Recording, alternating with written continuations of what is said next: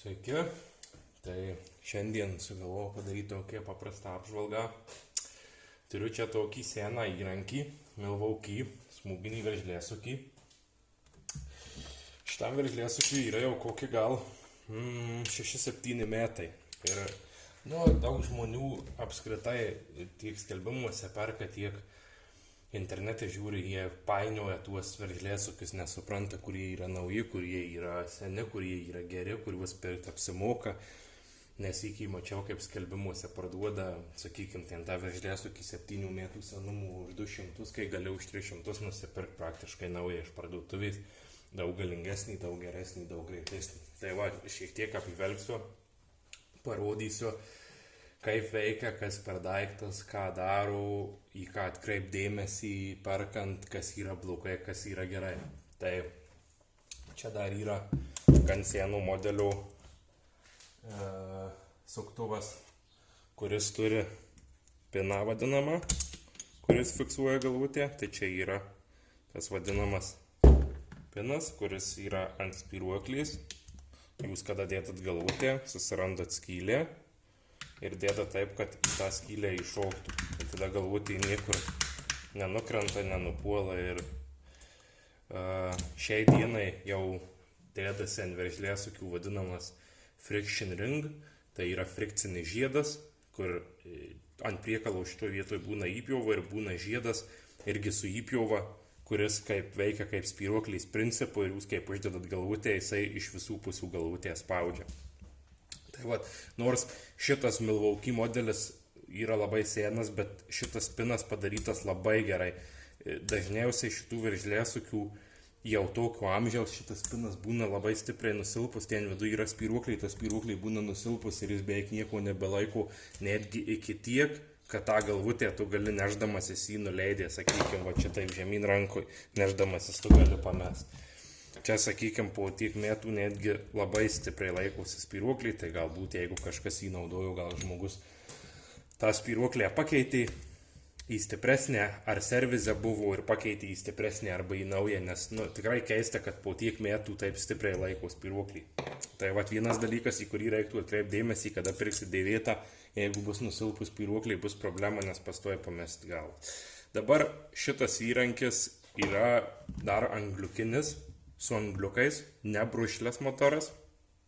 Tai nors čia angliukai nėra keičiami, principė juos gamindavo šituos jau Milwaukee ir kitų geresnių brandų kaip Hitachi, Ingersoll Rand, amerikiečių ir japonų gamintojai jau gamindavo taip, kad tie angliukai praktiškai amžinai tarnaudavo. Bet koks yra minusas? Pirmiausia, kada eina visur čia kibirkštys angliukinio variklių, tai sakykime, jeigu čia patektų benzino ar kažko, tai yra rizika užsidegti. Tai jeigu jūs ten dirbat prie variklių su visokiais kurais, su benzinais, su dizeliais, taip toliau, tai geriau, kad į tas angas daug degaus skystimo nepatektų. Antras dalykas, angliukiniai varikliai daug greičiau eikvoja bateriją. Tai, sakykime, šitą bateriją, jeigu, kaip pavyzdys, jinai yra 3 amperų, tai su angliukais varikliui lygiai tiek pat, kad dirbti užtektų 2 arba 1,5 amperų, kiek čia padarysi darbo su 3 amperais. Nes šitie varikliai nėra taupūs ir jie gan greit naudoja bateriją. Baterija čia yra M28, irgi senesnio tipo, tai dar yra jinai 3 kontaktų. Dėl to, kad nėra momentinio stabdžių. 3 kontaktų baterijos stovi veržlėsukiuose, kur yra potenciometras, bet nėra momentinio stabdžių. Tai potenciometras tai yra greičio reguliatorius per mygtuką. Kada jūs kuo daugiau spaudžia, tuo greičiau sukasi. Sakykime, aš šiek tiek paspaudžiu, sukasi lėtai, paspaudžiu daugiau, sukasi greičiau, paspaudžiu iki galo ir sukasi dar greičiau. Bet nėra stabdžių. Tai dabar, kad jūs suprastumėte, kas tas stabdis yra, tai ir galvutė nesustoja. Su momentiniu stabdžiu tik atleidus mygtuką galvutė iš karto sustoja. Tai čia yra dar vienas minusas.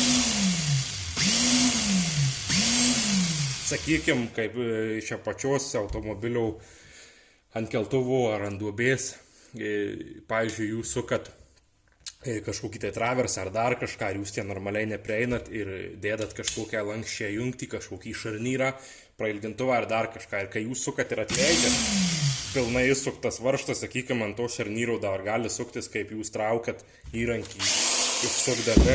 Ir, pavyzdžiui, dideliais, jeigu apsukos, tai, sakykime, tą varžtą gali kažkur numesti arba dar kažkas tokie dalykai. Nu, sakykime, pastoviai dirbant daug, tai tikrai jaučiasi, kada tas momentinis stabdis yra, nes tada jūs galite reguliuoti konkrečiai viską, kad tie varžtai neiškristų, besukant, sakykime, kaip iš apačios sukat, jūs tiesiog jau ant pačio galo staigiai atleidžiat ir varžtas vis dar lieka ant sriegių ir jūs pabaigėt jį sukinėti pirštais, o ne kad, sakykime, sukinėjat ir jisai krenta kažkur jums po kojom ir paskui einat ieškoti. Tai antras dalykas, kaip sukat su visokom lankščiom jungtim su šarnyrais. Tai kada dideliais apsukos, tai staigiai traukiant varžtą, atsukinėjant, tai tas šarnyras kaip susilenkia, tas varžtas besisukant gali nulėkti iš vis bet kur, tai net buvę tokių atvejų, kaip gali gauti nuo to pačių varžtų į veidą ar į kažkurią kitą kūno vietą. Tai va, tas momentinis stabdis yra senesnių vežlėsukių problema. Ir, dirbti įmanoma, nes kol pilnai varžtas neatsuktas, aišku, varžtas stabdys, kaip pavyzdys.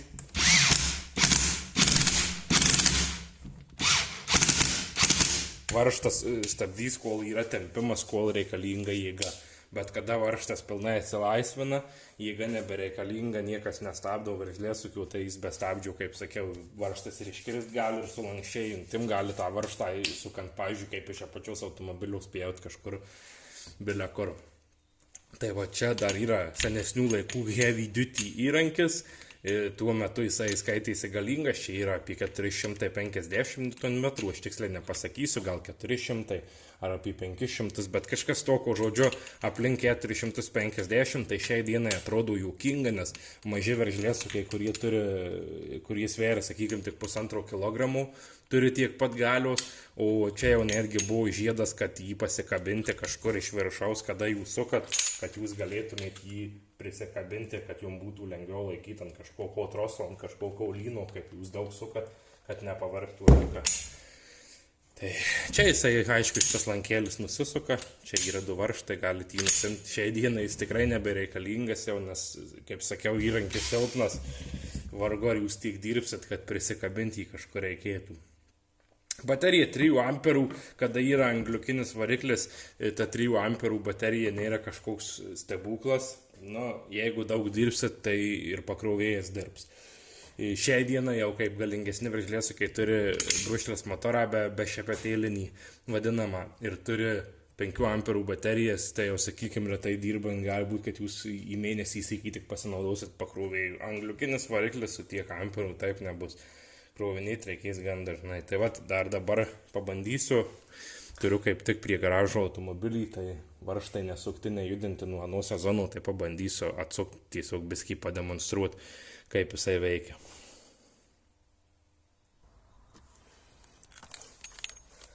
Tai va, pabandysiu šiek tiek atsukti dabar. Tai yra 19 varžtai, nuo ano sezono nesukti ir baterija, nežinau ar matosi, bet baterija pilnai įkrauta. Indikatorius rodo 4 stulpelius. Jei pabandysim atsukti, pažiūrėsim, ar dar tas įrankis šiai dienai kažką atsuka, ar tik sunkus ir bevertis daiktas, kurį gal reikėtų jau pakeisti į naujesnį.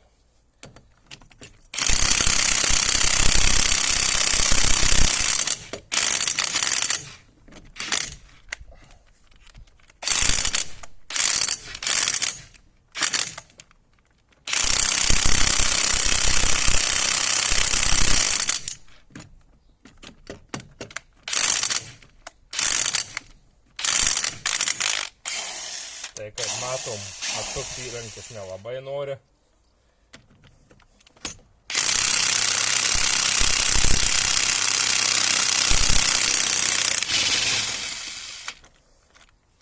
Gan sunkiai atsuko, bet gan sunkiai ir kaip matom, varžtai buvo sutepti tepalu prieš įsukant, tai nėra tikrai jie užpuvę.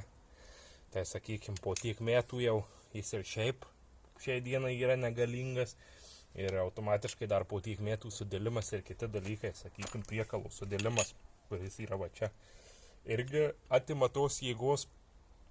Tai jeigu jūs norit dirbti prie sunkesnės technikos, arba prie automobilių ardymo, ar dar kažko, tai jau jūs nusipirkę tokį įrankį, tikriausiai turėsit nemažai problemų ir atsuksit tikrai ne viską ir reikės ir padirbėti rankom ir su štanga ir bus labiau laisviem varžtam ir užsukimui.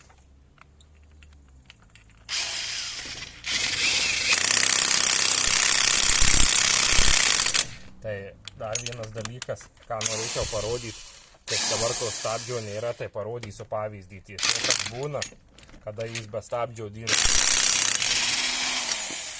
Nes, tiesiog įrankis nesustoja sukėsis ir tai vat. Sakykime, su stabdžiu jūs galite atpalaiduoti mygtuką, kaip maždaug baigėsi varžtų jau sriegis ir tiesiog jisai sustos ir liks vietoje ir jūs galėsite įsisukti, pabaigti sukti su ranka ir įsukti kitą ar kažką. Šituo atveju tai paspaudo ir atleido ir stabdžio nėra. Dar šitas, sakykime, veržlėsukis, tai turi mažai sūkių, yra seni veržlėsukiai, kurie turi daugiau apsisukimų ir atleidus, kada jisai sukasi, tai jau paskui, sakykime, kaip dabar yra iš šono varžtas, tai dar čia nėra nieko blogo, bet kada, sakykime, jūs suktumėte iš apačios ant keltuvo automobilį arba ant duobės, tai faktiškai pusė tų varžtų jūs pamesit, jeigu galvutį nelaikys, sakykime, čia kada yra daug mėsos tos vadinamos, tai iš tos galvutės tas varžtas niekur neiškris. Bet kada, sakykime, galvutė yra neužtai žemų profilių, tai dalį tų varžtų pamesit ir tai vat, maždaug taip įsivaizdavimui, kaip veikia, kiek jėgos. Jeigu, sakykime, bandyčiau atsukti šitą granatos veržlę, aš jos tikrai neatsukčiau. Jeigu bandyčiau atsukti skriemulio varžtą, aš jo tikrai neatsukčiau. Jeigu bandyčiau atsukti traverso varžtą arba šakys, irgi neatsukčiau. Tai įsivaizduokit, o svoris įrankio yra... aš dabar tiksliai nepasakysiu, bet taip įsivaizduoju, tarp 3-4 kg, tai yra tikrai daug kaip tokiem įrankiui, nes šiai dienai patys galingiausi rinko įrankiai sveria 3-4, 3,5-4,5 kg. Tai, sakykime, jis sveria kaip tikrai galingas veržlėsukis, o jėgos turi kaip šiai dienai būtų mažiukas, kompaktiškas 1,5 kg sveriantis veržlėsukis. Tai, kad ir Milwaukee yra gera firma ir, sakykime, daug kas įsivaizduoja, kad geriau pirksiu sieną geros firmos Milwaukee, Makita, Devaltą arba kažką, tai pirmiausiai įsigilinkite į techninės specifikacijas, nes gali būti, kad jūs nusipirksit daiktas gal ir geras, gal ir ilgaamžis, bet jis tiesiog yra morališkai pasenęs. Šiai dienai jau tiesiog specifikacijos jau yra nieko vertos ir tas darbas bus niekinis, jūs, kaip sakiau, dirbsite daugiau su rankom negu su įrankiu, tai tada tiesiog kam jis reikalingas. Ten tuos 5 varžtus, jeigu, kaip žmonės sako, kas dirba nedaug ir sako, aš retai suksiu, aš čia tik tai ratus noriu pasikeisti, tai man užteks. Tai aš jums galiu pasakyti taip, jeigu jūs retai suksit, tai vietoj tokio įrankio geriau nusipirkit už 10 eurų štangą, kur dėdasi galvutį metrų ilgių ir jūs daug paprasčiau ir greičiau tuos ratus pasikeisit ir būsit neinvestavę, kaip sakykime šiai dienai dar už tokį skelbimuose prašo 150 eurų, nes čia bus tik ekspozicija lentynoje, kuri jums jokios naudos neduos. Tai va toks maždaug tokia apžvalga. Mano verdiktas būtų toks, kad tokio įrankio dėvėto tokio amžiaus tikrai neverta pirkti, kad ir jis veikia taip, kaip priklauso, kad ir ta baterija laiko, kad ir jisai teoriškai savo darbą daro, kad ir jisai ilgaamžis ir tvirtas, bet darbas visiškai neefektyvus ir tada klausimas, kam jums jo iš vis reikia. Nes kaip sakiau, jeigu ekspozicijai parodai draugų lentynų, tada gerai. Bet jeigu jūs ateisit pasikeis, sakykime, po sezono ratus ir jūs čia yra per 4 ratus 20 varžtų ir jūs 10 varžtų su 20 turėsit atsukt ko ne ranka, arba ten, sakykime, lauksit po 30 sekundžių, ko jums tą varžtą atlaisvins, tai jūs daug paprasčiau atsilaisvinsit su štanga ir tiesiog va kaip tokio atveju, kada varžtas buvo pateptas tepalu, likus į varžtą, o paskui suksite rankom. Tai va, nežinau, ar kažkam bus įdomu, aš tokių apžvalgų nedarydavau, bet tų įrankių visokių pas mane papuola šiai dienai į rankas ir galiu ir apžiūrėti, ir patikrinti, ir pabandyti, ir kai kuriuos remontuoju, perenku ar daug, tai sugalvojau tiesiog parodyti, gal kažkam bus įdomu, kaip veikia, kas pafilmuosiu ir naujesnių tų įrankių, ir kitokių, ir gal remonto kažkokių video pafilmuosiu.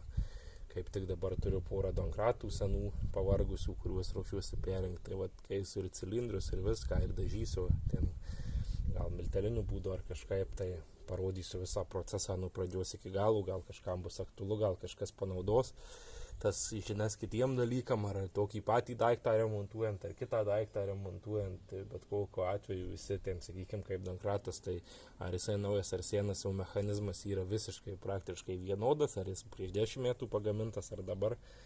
Tai gal kažkas panaudos idėjas, ar pasiremontuos pats savo tą įrankį, ar dar kažkam. Tai va, šiam kartui tiek būtų.